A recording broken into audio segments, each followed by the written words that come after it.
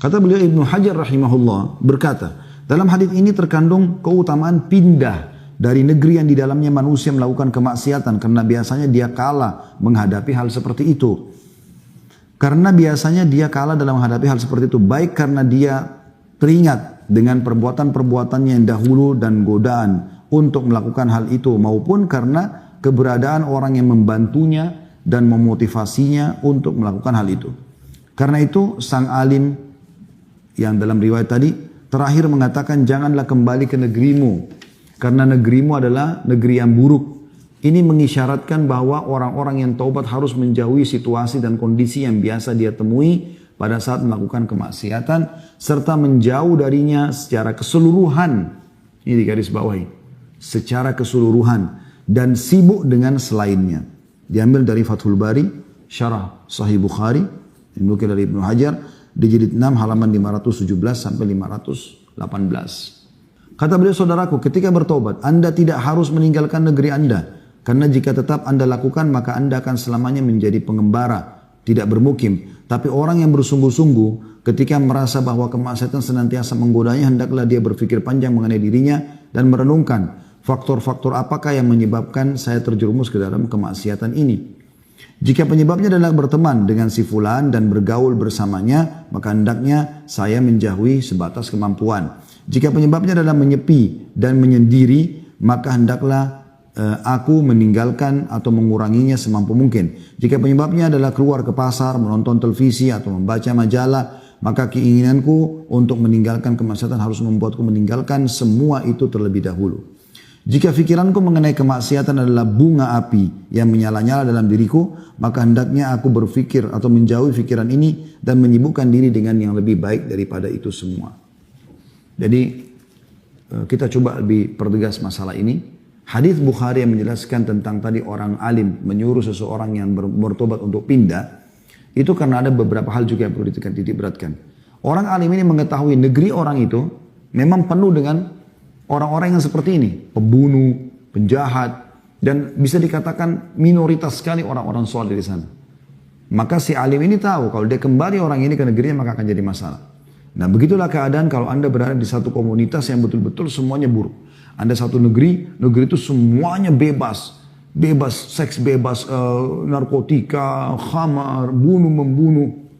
Anda pindah tempat. Kalau ternyata bukan seperti itu, misalnya Anda cuma ada di satu perusahaan secara substansial, perusahaan itulah yang rusak misalnya, haram dan segala macam, produksi rokok lah, khamr lah, apalah segala macam, maka Anda pindah dari itu dan pindah ke perusahaan yang lain.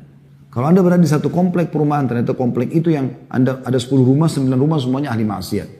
Dan mereka terbiasa buat pesta-pesta, mabuk-mabuk di situ dan segala macam. Anda pindah ke komunitas yang lain. Jadi tidak harus meninggalkan negerinya. Kecuali keadaannya seperti tadi. Itu yang dibahasakan oleh penulis di sini ya. Jadi dilihat.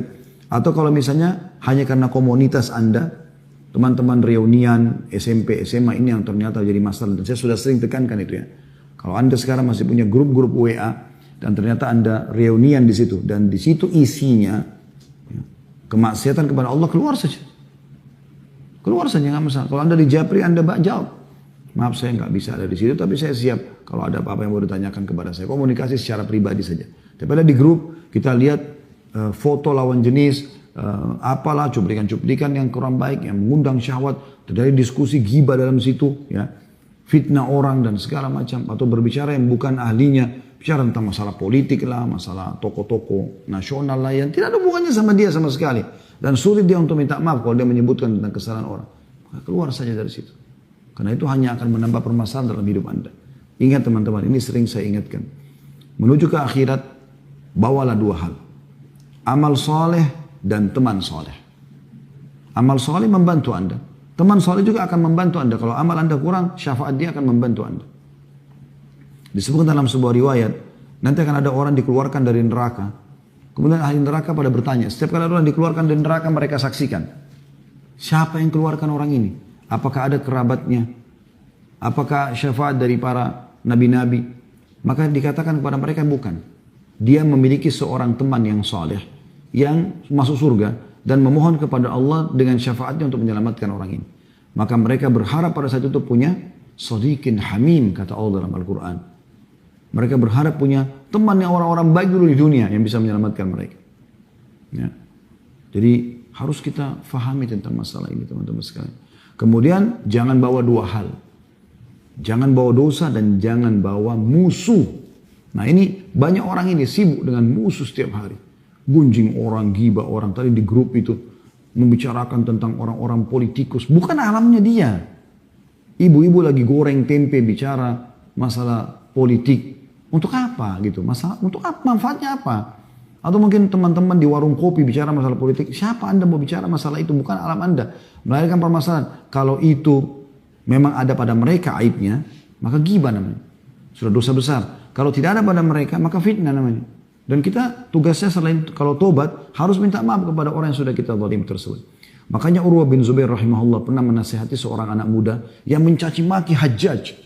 Hajjaj ini seseorang yang zalim betul di masanya dia. Ya, Perdana Menteri Khalifah yang membunuh semua orang yang tidak sepaham sama dia walaupun untuk ulama.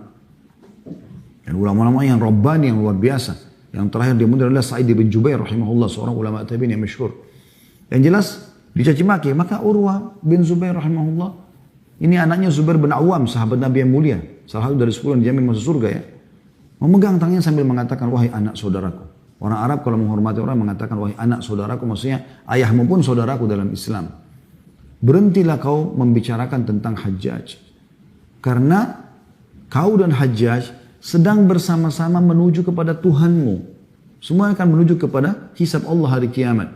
Dan ketahuilah, siapapun yang dizalimi oleh Hajjaj, pasti Allah akan memberikan hak mereka dari Hajjaj. Akan diambil pahala-pahala dikasih ke orang-orang ini. Kalau tidak cukup pahala Hajjaj, akan dikasih dosa-dosa mereka timbang kepada Hajjaj. Tapi jangan lupa, Allah pun akan memberikan kepada Hajjaj hak dari orang yang menzaliminya.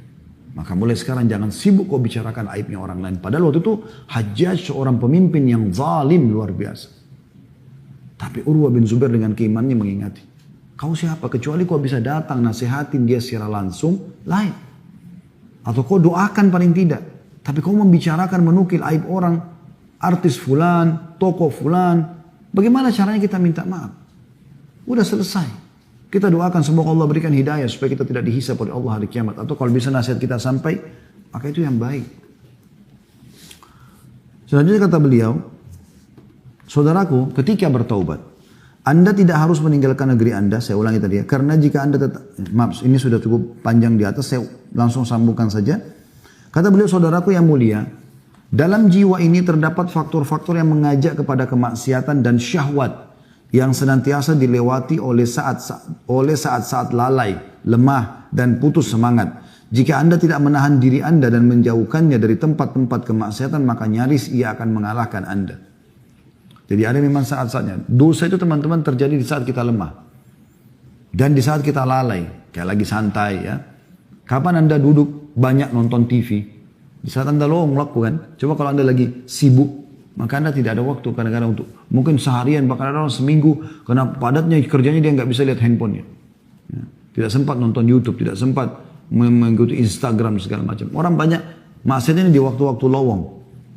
Kata beliau, tahukah Anda, seandainya seseorang memegang tali kendali hewan tunggangannya, padahal hewan tersebut melihat padang rumput di hadapannya, bukankah hewan tersebut akan menariknya ke sana?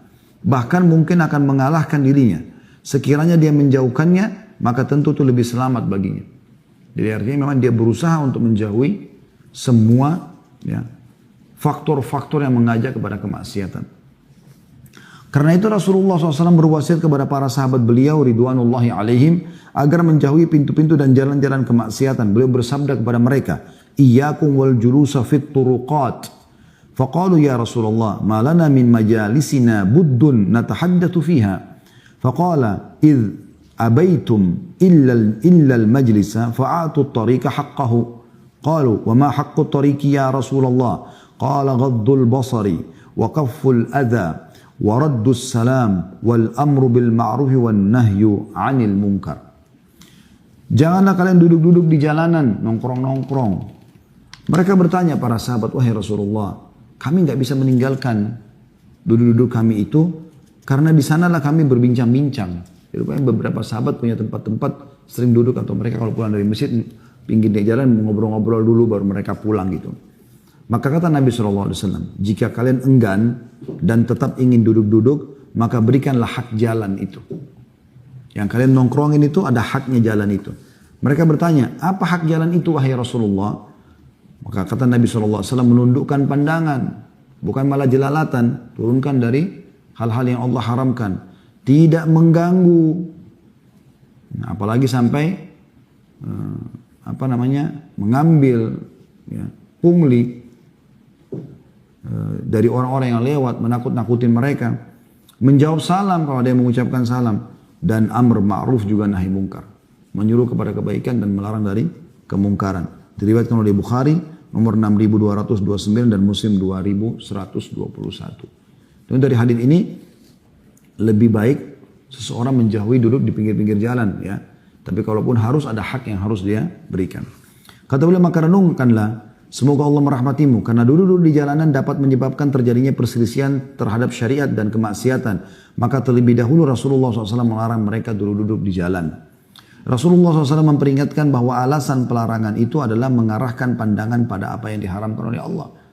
Walaupun hak jalanan adalah menurunkan pandangan, tapi anda sudah juga setiap saat turunkan pandangan mata, apalagi kalau lagi rame gitu kan. Rasulullah SAW berbicara kepada para sahabat beliau, orang-orang yang wara' dan jauh dari keharaman, maksudnya menjaga kesucian hubungannya sama Allah. Padahal pasar-pasar Madinah di dalamnya tidak ada wanita yang pamer aurat dan membuka wajah mereka. Bahkan wanita ketika berada di jalanan, dia melekatkan dirinya pada dinding di sisi jalan, disertai dengan menutup auratnya dan merasa malu. Dari Abu Usaid Al-Ansari radhiyallahu anhu, annahu sami'a Rasulullah SAW yaqul wa huwa kharijun minal masjid fakhtalata ar-rijalu ma'an nisa'i fi at-tariq. Faqala Rasulullah SAW lin-nisa' istakhirna fa innahu laysa lakunna an tahquqna at-tariq 'alaykunna bihafati at-tariq. فكانت المرأة تلتصق بالجدار حتى إن ثوبها لا يتعلق بالجدار من لصوقها به.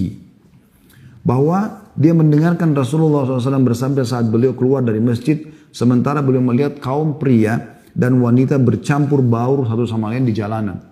Jadi ramai sekali gitu. Maka beliau SAW bersabda kepada para wanita, minggirlah kalian, sebab bukan hak kalian memadati tengah jalan. Hendaklah kalian jalan di pinggir-pinggir jalan. Maka saat lewat, setelah penyampaian ini, maka para wanita menempelkan diri mereka pada dinding sehingga pakaian mereka tersangkut di dinding saking menempelnya dia dengan dinding tersebut. Hadis riwayat Abu Daud nomor 5272. Artinya bagaimana Nabi SAW memberikan peringatan, bukan malah seperti sekarang perempuan malah dengan pamer aurat, malah sengaja jalan di tengah jalan gitu kan. Nabi SAW memerintahkan mereka kalaupun harus keluar, mereka di pinggir jalan sampai mendekati dinding-dinding rumah supaya mereka justru tidak menjadi fitnah bagi kaum laki-laki.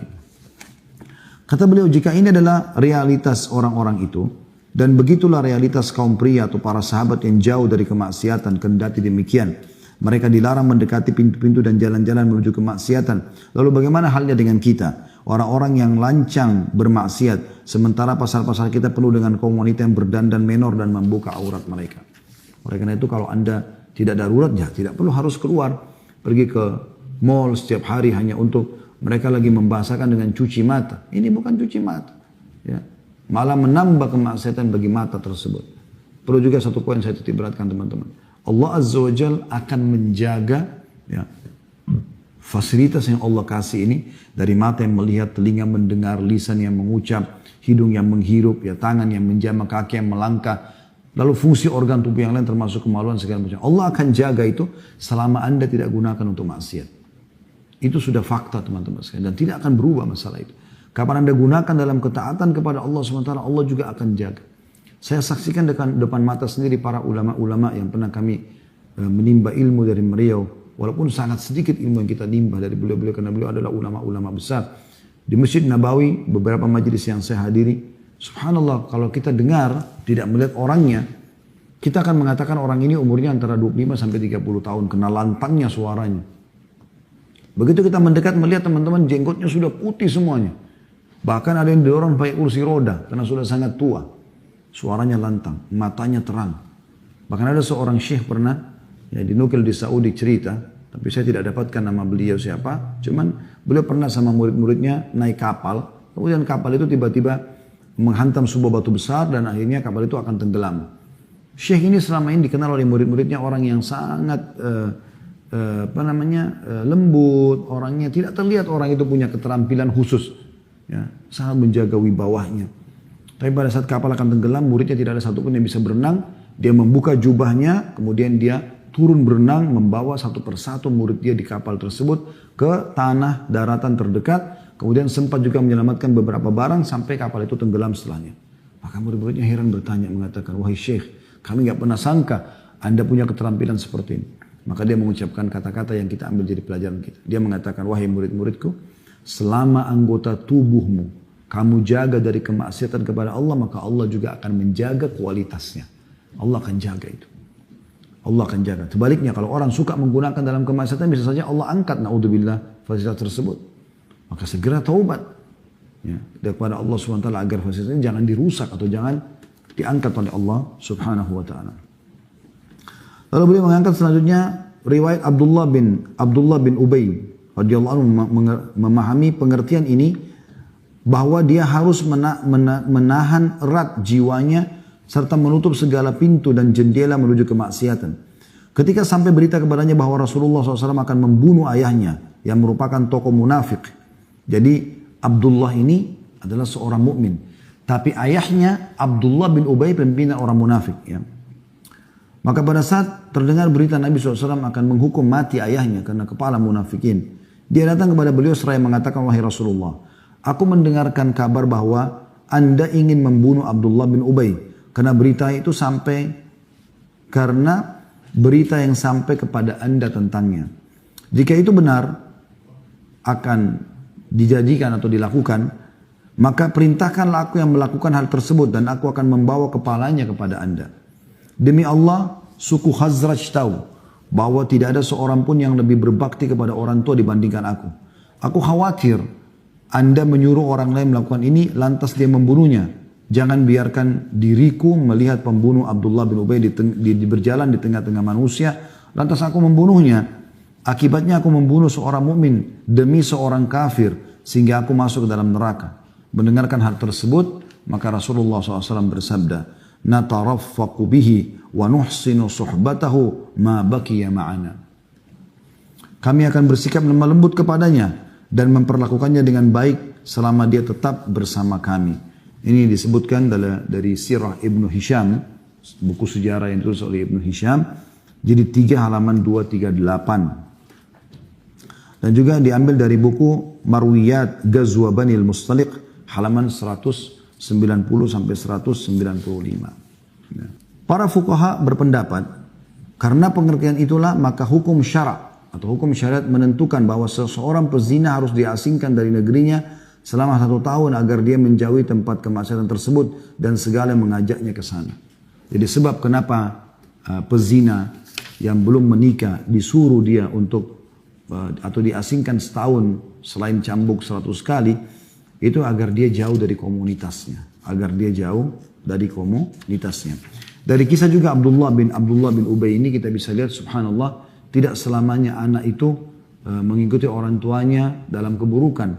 Karena banyak juga orang tuanya kafir, anaknya mukmin. Orang tuanya fasik, tapi anaknya hafal Quran. Bahkan menjadi ulama. Banyak terjadi. Di antaranya seperti Abdullah.